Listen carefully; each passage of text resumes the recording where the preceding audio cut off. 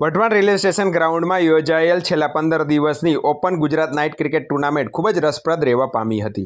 આ ટુર્નામેન્ટ 1988થી યોજવામાં આવી રહી છે, ત્યારે ટુર્નામેન્ટે ખ્યાતિ પણ પ્રાપ્ત કરી છે।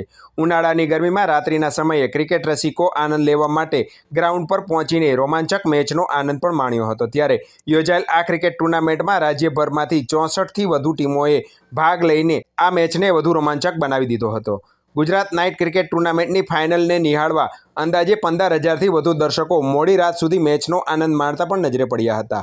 આમ આ ટુર્નામેન્ટમાં ફાઇનલ મેચનો રોમાંચ કંઈક અલગ જ જોવા મળ્યો હતો। મચ્છો ટીમ અને ધૈર્યદીપ ટીમ વચ્ચે રોમાંચક ભરી ફાઇનલ મેચ યોજવામાં આવી હતી, જેમાં પ્રથમ દાવ મચ્છો ટીમે લઈને 14 ઓવરમાં 178 રનનો સ્કોર બનાવ્યો હતો, જેમાં ગૌરાંગ પટેલના 27 બોલમાં 63 રન મુખ્ય રહ્યા હતા, જ્યારે ધૈર્યદીપ ટીમે 13 ઓવરમાં જ 179 રન બનાવીને ફાઇનલ મેચ જીતી લીધી હતી, જેમાં ધૈર્યદીપ ટીમના જયરાજસિંહ ચુડાસમાએ 12 બોલમાં 50 રન અને કુલદીપ રાવલના 24 દડામાં 54 રન મુખ્ય રહ્યા હતા, જ્યારે man of the series Yuvrajsinh Parmar અને man of the match Kuldeep Rawal બન્યા હતા। આમ ટુર્નામેન્ટના માધ્યમથી વિજેતા અને ઉપવિજેતા ટીમે ₹75,000ના રોકડ પુરસ્કાર અને ટુર્નામેન્ટના માધ્યમથી તમામ આવક ખજૂરીવાડા મેરડી માતાજીના મંદિરને અર્પણ કરવામાં આવી હતી। જ્યારે આ ટુર્નામેન્ટને સફળ બનાવવા માટે ખજૂરીવાડી મેરડી માતાજીના ભક્તો અને કારડિયા રાજપૂત સમાજના યુવાનોએ જહેમત ઉઠાવેલ।